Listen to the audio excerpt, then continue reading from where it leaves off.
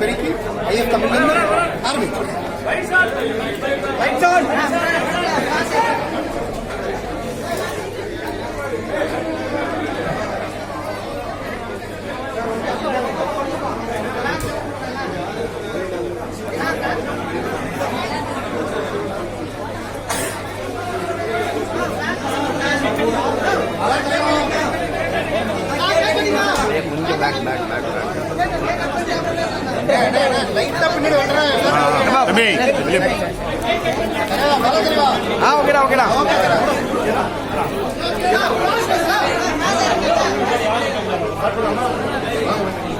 எல்லாருக்கும் வணக்கம். முதல்ல வந்து இந்த மாதிரி ஒரு பொக்கிஷத்தை வந்து தமிழ் சினிமா இண்டஸ்ட்ரி கொடுத்ததுக்கு சார், ஏன்னா வந்து படம் பயங்கரமா போய்கிட்டு இருக்கு. எப்பவுமே ஒரு படத்தை பார்த்துட்டு ஒரு 3 hours வந்து எல்லாம் என்ஜாய் பண்ணி வெளில வருவாங்க. இந்த படம் முடிச்சோன்னா கூட ஆடியன்ஸ் யாருமே எந்திரிக்க மாட்டேங்கிறாங்க. அந்த ஃபீல்ல டைட்டில் ஓடி படம் முடிஞ்சிருச்சு, அப்படியே அந்த தாக்கத்துல அப்படியே உட்காந்துருக்காங்க. கடைசியா ஒரு 5 நிமிஷம் படம் முடிஞ்சிடும். அது கிரியேட் பண்ண முடிஞ்சது சார், அதை மட்டும்தான் கிரியேட் பண்ண முடியும். அதான் சார்ட்ட சொல்லிட்டு இருந்தேன், மாமன் அண்ட் 50th ஷீல்டு உள்ள இருக்கு சார், அதுக்கப்புறம் எங்களுக்கு இந்த படத்துக்கு ஷீல்டு வேணும் சார் அப்படின்னு சொல்லியிருக்கேன். அத்தனை பேர் எமோஷனல், எத்தனையோ பேர் டேரக்டரை பார்த்தா வந்து செல்ஃபி எடுப்பாங்க சார், சூப்பர் படம்பாங்க. இன்னைக்கு எத்தனை பேர் ஹக் பண்ணி அழுது முத்தம் கொடுத்துட்டு போனாங்கன்னு எனக்கு தெரியும். அதான் சார் உண்டாக்குற தாக்கம். சோ எங்க தியேட்டருக்கு வரணும்னு நேற்று நம்ம பிஆர் சதீஷ் நாட்டை ரிக்வஸ்ட் பண்ணி கேட்டிருந்தேன், அவசியம் நம்ம தியேட்டருக்கு கூட்டிட்டு வாங்கன்னு. சார் இங்க வந்ததுல எங்களுக்கு ரொம்ப சந்தோஷம், ரொம்ப பெருமை. தேங்க்யூ. எந்த சக்சஸையும் கேக் வெட்டி கொண்டாடுவோம். இது ஒரு கிராண்ட் சக்சஸ். கண்டிப்பா கேக் வெட்டாம எப்படி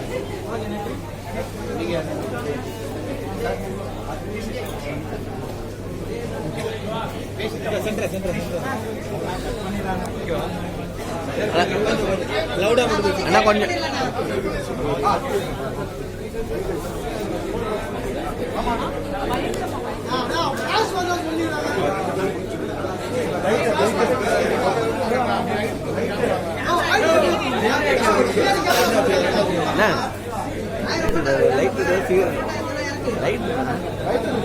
சிகரெட் பாக்ஸ் எடுத்தீங்களா? சிகரெட்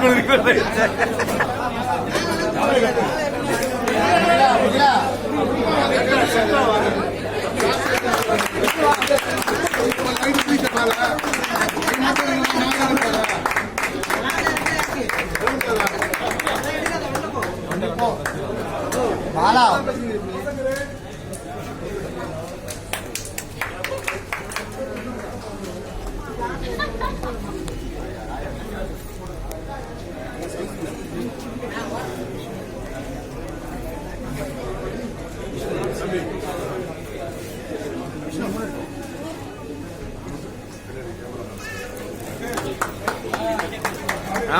ஓகே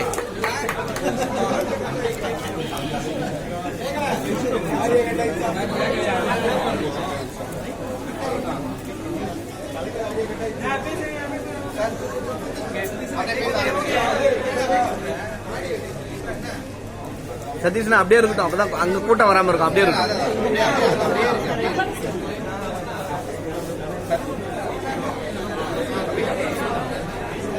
வா இங்கே தான்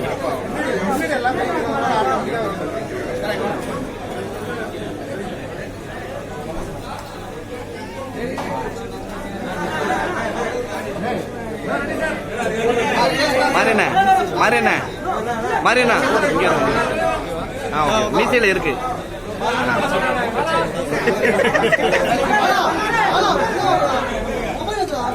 ஓகேவா? சைலன்ஸ்.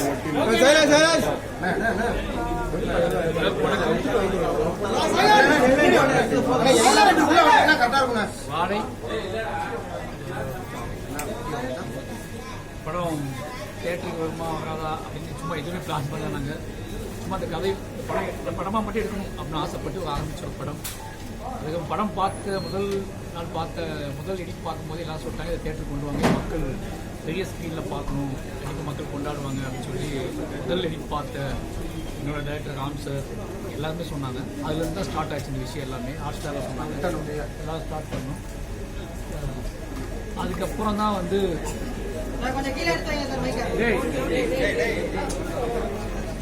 ஓகேவா, அதுக்கப்புறம் வந்து இதை வந்து தியேட்டருக்கு பிளான் பண்ணோம். நினச்ச மாதிரியே எல்லாம் சொன்ன மாதிரியே ஒரு உண்மையான கதையை வந்து தியேட்டரில் பார்க்கும்போது மக்கள் எவ்வளோ செலிப்ரேட் பண்ணுறாங்க, அதை எவ்வளோ ஓன் பண்ணிக்கிறாங்க அப்படிங்கிறது இருந்துச்சு.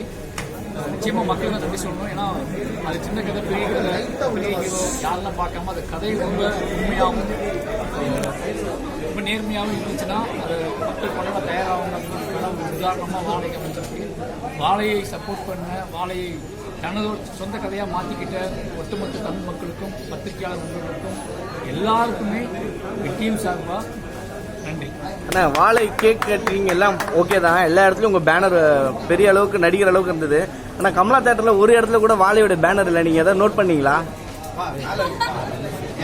இருக்கு, நீங்க போய் பாருங்க. நான் இதை சொல்லிடுறேன். முதல்ல வாழை வந்து பிளான் பண்ணது டிமார்டி காலனி தங்கலான் ஹவுஸ்ஃபுல்லே போச்சு. ஸோ உண்மையை சொல்லணும்னா பிளான் பண்ணது ஒரு ஷோல தான் வாழை பிளான் பண்ணியிருந்தோம். இன்னைக்கு படம் வந்து 4 ஷோ, நாளைக்கு சண்டே வந்து படம் வந்து 5 ஷோ. ஸோ சின்ன தேட்டர்ல ஒரு ஷோ கொடுத்த படம் இப்ப பெரிய தேட்டர்ல 5 ஷோ திங்கக்கிழமையில இருந்து.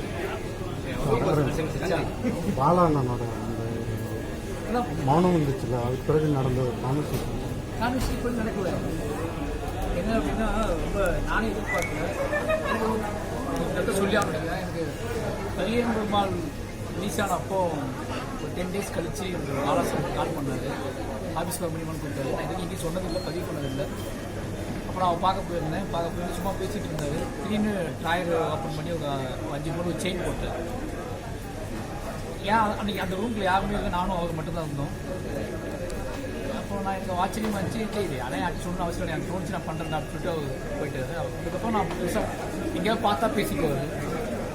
அதே மாதிரி தான் வாழை பார்க்கணும் அப்படின்னு அவருக்கு நான் அவங்களால கேட்டுட்டு இருந்தேன். சார் வாழை பார்க்கணும்னு சொல்லி அதுக்கப்புறம் அவரே வந்து ஒரு டேட் கொடுத்து பார்த்தாரு.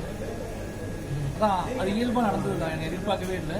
அந்த முத்தம் அந்த மௌனத்துக்கு அப்புறம் நாங்கள் இன்னும் 2 பேருமே நான் பேசிக்கல.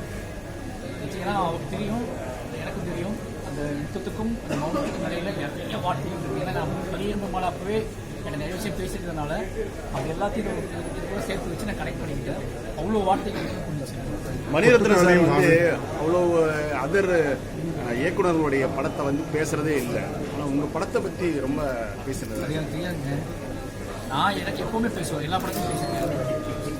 பெரிய பெரும்பால் பேசிக்கிறது, கண்ணன் பேசிக்கிறேன். எப்பெல்லாம் சந்திக்கிறோமோ அப்போ பேசிக்கிறோம். எங்கேயாவது எதிர்ச்சியாக சந்திச்சோன்னா அப்போ பேசுவோம். சார், இப்போ வரக்கூடிய படங்களில் வந்து பழைய பாடல்கள் யூஸ் பண்ணுற ட்ரெண்டாயிட்டு வருது. அதே மாதிரி வாழை படத்துலையும் தேவாவோட மியூசிக் பயன்படுத்திருக்கு. சமைக்கு போனால் அந்த காப்பி ரைட்ஸ் இஷ்யூலாம் வந்துட்டு இருக்கு. அதை எப்படி ஹேண்டில் பண்ணீங்க? அது எப்படி நடந்தது? இல்லை, அவங்களுக்கான ரைட்ஸ் நம்ம யூஸ் பண்ணுறோம்னா அந்த ரைட்ஸை கொடுத்து அது யாருக்கு ரைட்ஸ் இருக்குது அப்படின்னு பக்காவாக காட்டலாம் பண்ணுறேன்.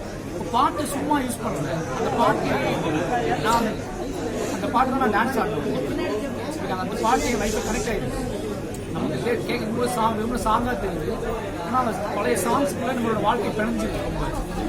நம்ம ஒரு நாளாக மாற்றின பாடல்களும் நிறைய இருக்குது.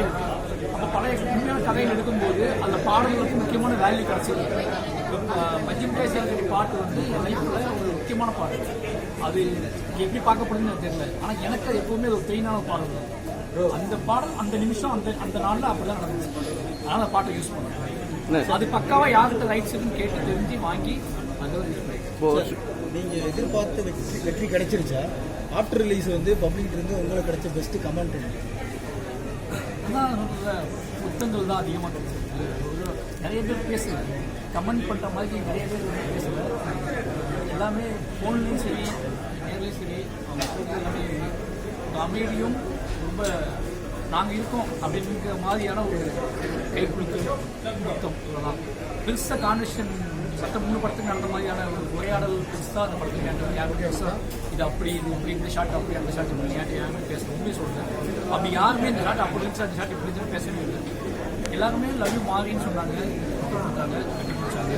அவ்வளோதான். ஒரு 10 days கழிச்சு கூட பேசலாம். பாரஞ்சி தன்னை வந்து ட்ரைலர் லான்ச்ல வந்து ஒரு விளக்கம் கொடுத்திருந்தாரு. பரியரும் பெருமாள் வாழை பிடிக்கும் அப்படின்னு சொல்றவங்க வந்து இந்த இடையில இருக்கிற 2 படத்தை வந்து பிடிக்கல அப்படிங்கிற மாதிரி பேசுறாங்க. நீங்களும் வந்து சொல்லியிருந்தீங்க, வாழை வந்து புரிஞ்சுக்கிட்டாங்கன்னா என்ன புரிஞ்சுக்குவாங்க, என் கதைகளை புரிஞ்சுக்குவாங்க, என் வழியை புரிஞ்சுக்குவாங்கன்னு நீங்க சொல்லியிருக்கீங்க. இப்போ இதை புரிஞ்சுக்கிட்டாங்க அப்படிங்கிறப்போ அடுத்தடுத்த திருப்பி அடிக்கக்கூடிய மாரி செல்வராஜை நாங்கள் ஸ்ட்ராங்காக பார்க்க முடியும். இல்லை, நான் பிளான் பண்ணிலாம் பண்ணுறதில்ல. ஒரு கதை இப்போ கர்ணன் வந்து அது ஒரு இஷ்யூ, நடந்த இஷ்யூ. அந்த கதைக்கு என்ன ரியாக்ஷன் பண்ணாங்க பக்கமாக திருப்பி பண்ணணும்லாம் பண்ணுறதில்லை. வாழை இது ஒரு கதை, ஓகேங்களா? அந்த மனிதருக்கான கதை சின்ன பையனுக்கு நடந்த கதை ஒரு கதை அப்படின்னு அவனுக்கு என்ன நடக்குமோ அதான் சும்மா ஒரு கதைக்குள்ள நம்ம திட்டமிட்டு பிளான் பண்ணலாம் பண்ணுறது இல்லை. அந்த கதையோட நீட், அந்த கதையோட தேவைக்கு வந்து அதுதான் டிசைட் பண்ணுது. கலியம்மாள் அப்படி இல்லை. கர்ணன் வந்து ஒரு உருவோட யுத்தம், உருவோட சண்டை, அதில் ஓலம் அப்படிங்களா அப்படி இருந்துச்சு. மாமூல் அந்த மாதிரி ஒரு கதை இருக்கு.